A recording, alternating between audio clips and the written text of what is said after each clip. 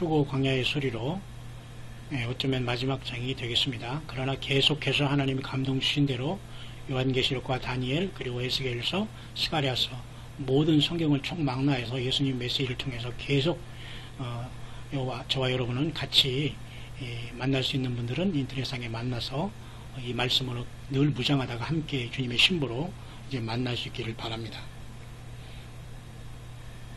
요한계시록 20장에는 생명책에 기록되지 못한 모든 자가 불못에 던지는, 그래서 우리가 그 백보자 심판을 받습니다. 그래서 백보자 심판은 그 다니엘서 7장에 이미 기록이 되어 있다는 이 놀라운 사실까지도 제가 잠깐 여러분과 같이 봤습니다. 여러분 잘 이렇게 보시기 바랍니다. 놀랍지 않습니까? 이렇게 하나님이 다 이렇게 70일에도 그래 주셨는데도 불구하고 70일에가 이미 다 해결했다고 하면서 멋대로 해석해 놓고 그러면 어떡합니까? 그죠? 70일에가 한 일회가 남았다고 하는데 그걸 굳이 인간이 7년을 떼어서 뒤로 했다는 건 그렇게 억지로 만들면 안 되죠. 분명히 여기 보세요. 한 일의 끝에 이렇게, 그죠? 예.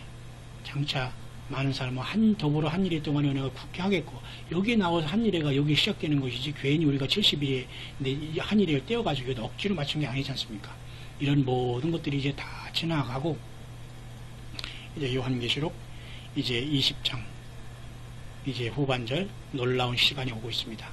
자, 요한계시록 전체는 1장은 서론, 2, 3장은 교회, 4, 5장은 하늘보자, 6장에서 18장, 19장까지 주님의 재림, 20장에는 주님께서 이 땅에 오셔서 천년왕국을 세우시고 그 다음에 백보자 심판을 통해서 이제 둘째 사망으로 모든 사람을 해결하는 여기까지 봤습니다.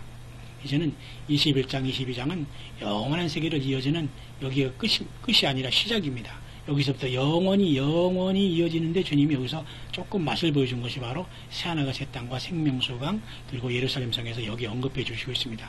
이 놀라운 것이 우리의 영원히 거할 곳입니다. 우리 예수님을 사랑하는 자들은 이와 같이 생명수를 주님께 주시고 주님께서 우리를 아들 삼아 주신다고 했습니다. 이기는 자는 이것들을 유업으로 얻으리니 나는 그의 하나님에 대해 그는 내 아들이 된다고 했습니다. 이 놀라운 일 아니겠습니까? 피조물로 태어난 우리 인생이 하나님의 아들까지 된다는 이 놀라운 초청을 받고 있습니다. 여러분 우리가 교회 시대도 보면 3장에 보면 말이죠. 빌라델피아 교회의 사자는 하나님의 성전이 기둥되게 한다고 했습니다. 신보가 되는 교회죠. 그리고 라우디게아 교회는 거기서 이기면은 내가 내 보좌에 함께 해주기를 내가 이기고 아버지 보좌에 함께 앉는 것과 같이 하리라. 이렇게 미지근한 이 시대에 주님이 재림하기 직전에 교회에서 이기는 자들은 예수님과 같이 보좌에 앉는 큰 복을 하나님의 아들이 되는 엄청난 초청을 하고 있는 겁니다. 왜?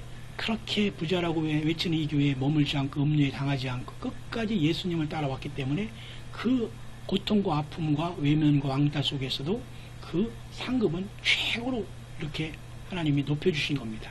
놀랍지 않습니까? 그래서 요한계시록 21장에는 드디어 새하늘과 새 땅이 보여집니다. 이 새하늘과 새 땅은 바로 여러분도 잘 아시겠지만 베드로후서의 3장입니다. 여기 베드로후서 3장도 역시 마찬가지로 몇 가지가 섞여 있는 겁니다. 마태복음 24장도 주님께서 유대인과 이방인 교회에 대해서 같이 말씀하셨기 때문에 우리가 잘 분별해서 그 말씀을 읽는 것처럼 여기에 베드로후서에도 주의 날이 도적같이 오리니 하늘이 큰 소리로 떠나간 이 사건은 바로 주님이 이 땅에 재림하셔서 천년왕국을 이루는 그런 날이 됩니다. 뿐만 아니라 이렇게 뜨거운 불이 녹여지려니와 하고서 우리는 그의 약속대로 의에 거함과 새하늘과 새 땅을 바라보도다. 여기 보십시오. 베드로후서 3장 12, 13절에는 또 여기에는 천년왕국이라는 세월이 여기는 지나야 되는 겁니다. 그렇게 사도 베드로를 통해서 주님께서는 성령 안에서 이렇게 말씀을 기록하기 때문에, 그래서 성경은 하나님의 성령의 감동을 받은 자들이 하나님께 받아 쓴 거라고 말씀한 겁니다. 예수님 메시지도 그렇고요. 그렇기 때문에 엄청나게 놀라운 일들이 일어나는 겁니다. 그래서 하늘이 그날에 불에 타서 풀어지고 체질이 뜨거운 물에 녹아지려니와, 이게 바로 이제 1차적으로 이 세상이 심판당해서 천년왕국이 이루어졌죠. 그 다음에 우리는 그 약속대로 의하여 새하늘과 새 땅을 바라. 이 새하늘과 새 땅은 천년왕국은 사실 새하늘과 새 땅이 아닙니다. 엄밀히 말해서 잘 우리가 분별해야 됩니다. 천년왕국은 천년 동안 주님이 이 땅을 회복하는 거예요. 회복, 왕으로, 우주 만물의 왕으로 다시 오셔서 천년 동안만 지속돼서 6천년이 7천년이 맞춰지면 8천년에 새하늘과 새 땅이 열려지는 겁니다. 그 새하늘과 새 땅을 요한계시록 21장에 말씀해 주고 있는 겁니다. 이 새하늘과 새 땅은 뿐만 아니라 여러분 제가 또 잠깐 소개를 할까요? 그 이사야서 66장에도 또 새하늘과 새 땅이 나오죠. 그렇습니다.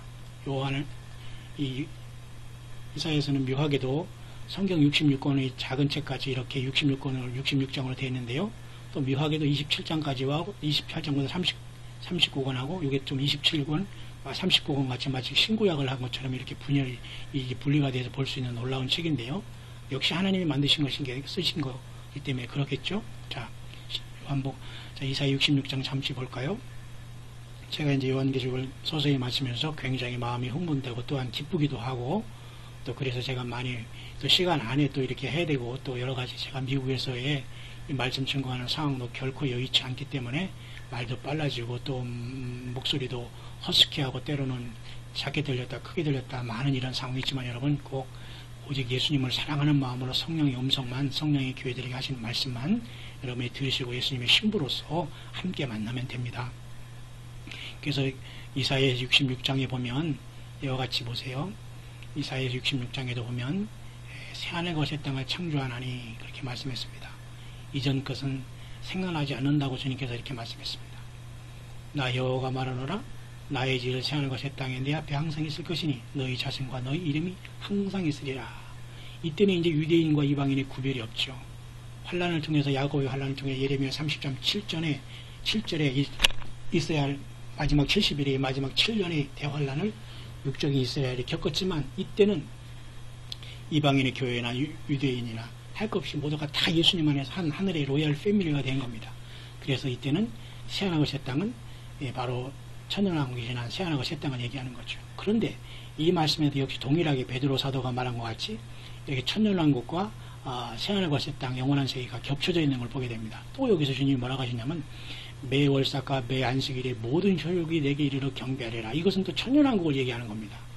그래서 내가 패역한 자들을 볼 것이다. 그 벌레가 죽지 아니하며 그 불이 꺼지지 않으며 그 모든 혈육에게 가증함이 되리라. 예수님이 재림하셔서도 천년왕국을 이루실 때 직전에도 이와 같이 불심판으로 하시겠다는 겁니다. 그리고 영원한 또 둘째 사망의 불도 있습니다. 그렇기 때문에 이 천년왕국 때는 이와 같이 월삭과 안식일에 모든 혈육이 이른다고 했지 않습니까? 그리고 그때 그 초막절을 지킨다고 하지 않습니까? 그 스가랴에서 잠깐 볼까요? 스가랴에서 봐도 이제는 그때는 이 세상의 모든 사람들이 천년왕국제는 뭘 하냐면 농부가 다 되고 그리고 보세요. 애굽 사람이나 열국 사람이나 초막절을 지키러 오지 않는 자는 벌이라 하나 비도 안 내린다고 하면서 자 이렇게 이 초막절은 천년왕국 때 지켜지는 겁니다. 여호와 하나님의 절기 중에 마지막 초막절, 장막절, 수장절기라 하는데 이것이 모든 것의 완성이기 때문에 이 완성한 계절을 하나님께서는 천년왕국 때도 지키라고 이렇게 명하신 것입니다. 유일하게. 그래서 만일 애굽 족속에 올라오지 아니할 때는 창이람이 있지 아니하리니 여호와께서 초막절을 지키러 오지 아니하는 일곱 사람을 치시는 재앙을 그에게 내리실 것이다. 또 비를 내리지 않는다는 말이 여기 말씀이 있지 않습니까? 이때 때는 천년왕국 때는 모두가 농사꾼으로 돌아가고 정말로 싸움이 없고 평안한 가운데에 천년 동안 이렇게 하나님의 역사가 일어날 것을 이제 나타내 주고 있는 겁니다. 그래서 해마다 초막절을 지킨다. 그래서 천년왕국에 이런 질서가 있게 되는 겁니다. 그러나 여기 그래서 이런 놀라운 천년왕국이 이루어진 다음에 우리가 지금 방금 전에 본 이사야 잠깐 또 다시 돌아가겠습니다. 또 여기에 보면 조금 혼동스러운 부분이 있지만 혼동스러울 거 없습니다. 천년왕국과 새하늘과 새 땅을 동시에 주님이 말씀이 주고 있기 때문에 어떤 사람은 그래서 천년왕국 없이 영원한 세계가 있을 거다라고 말하지만 분명히 우리는 천년왕국이 있고 영원한 세계가 있을 것을 우리는 믿는 것입니다.